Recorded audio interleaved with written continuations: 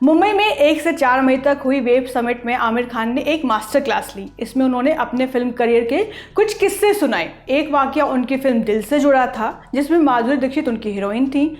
जिस सीन का जिक्र आमिर ने किया उसमें सईद जाफरी भी थे। वो माधुरी दीक्षित के पिता का किरदार निभा रहे थे। इस सीन को इंद्र कुमार ने जिस तरह फिल्माया, आमिर उससे सहमत नहीं थे। आमिर को लगा था कि लोग उन पर थूकेंगे, मगर पब्लिक रिएक्शन कुछ और ही आया।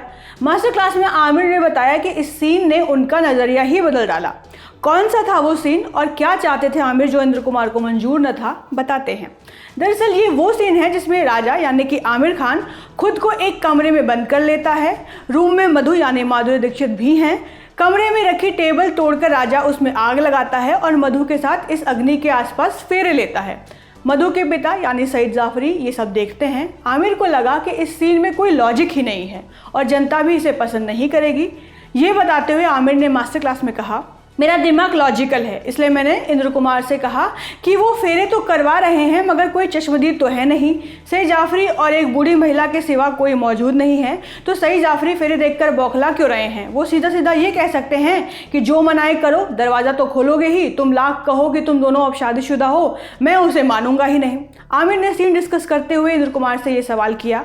उन्होंने बताया कि इंद्र कुमार और उनके बीच ये चर्चा 3-4 घंटे तक चली। आमिर ने बताया कि उनके तर्क सुनकर इंद्र कुमार ने कहा, ऑडियंस इतना लॉजिकली नहीं सोचने वाली।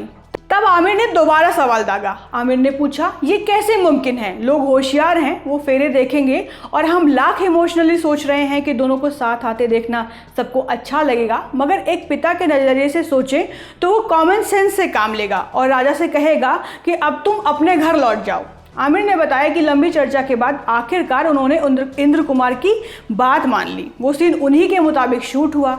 कुछ दिन बाद दिल रिलीज हुई। मुंबई के बांद्रा इलाके के एक सिंगल स्क्रीन सिनेमाघर में आमिर भी फिल्म देखने पहुंचे।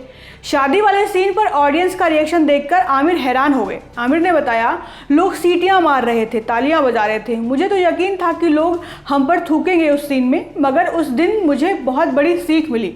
तकनीकी और कानूनी लॉजिक एक चीज़ है, मगर इमोशनल लॉजिक की अपनी एक जगह है।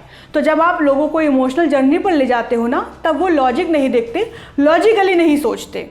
इससे पहले आज तक को दिए एक इंटरव्यू में आमिर ने कहा था कि उन्हें दिल के एक मशहूर गाने के लिरिक्स पर शर्म आती है। उन्होंने इंटरव्यू में कहा था, हिंदी फिल्में जिम्मेदारी से नहीं बनाई गई। खासतौर पर जिस तरह हमने आदमी और औरत को प्रेजेंट किया वो मुझे अक्सर पसंद नहीं आया। जब हम फिल्म में कुछ गलत होते दिखाते हैं और साथ में ये भी दिखाते हैं कि इसका परिणाम सही मिलेगा, तो वो गलत है। हम अक्सर औरतों को ऑब्जेक्ट की तरह प्रस्तुत करते हैं, जैसे कि वो गाना है, तू चीज़ बड़ी है मस्त मस्त। मैं खुद भी इस गलती में शामिल हुआ हूँ।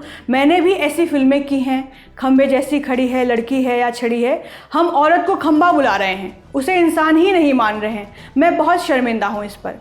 खैर, आमिर पिछली बार लाल सिंह चड्ढा में नजर आए थे। ये फिल्म बॉक्स ऑफिस पर पिट गई थी। इसके बाद वो ब्रेक पर चले गए थे। फिलहाल आमिर सितारे ज़मीन पर को रिलीज़ करने की तैयारी कर रहे हैं। ये स्पेनिश फिल्म कैपियोनेस की रीमेक है।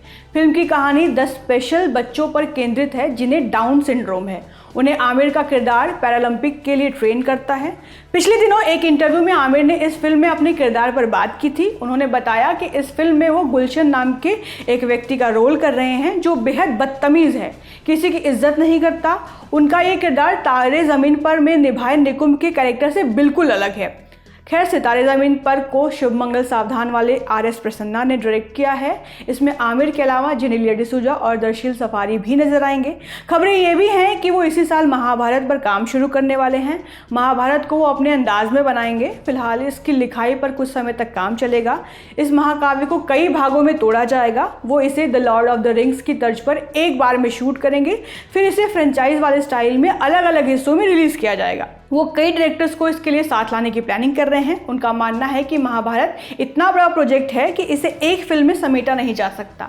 इसके हर पार्ट को संभालने का काम अलग अलग डायरेक्टर्स के जिम्मे होगा। इस वीडियो में इतना ही। इसके लिए जानकारी जुटाई थी हमारे साथी अंकिता ने। आप देखते रहे ललन टॉप सिनेमा। शुक्रिया।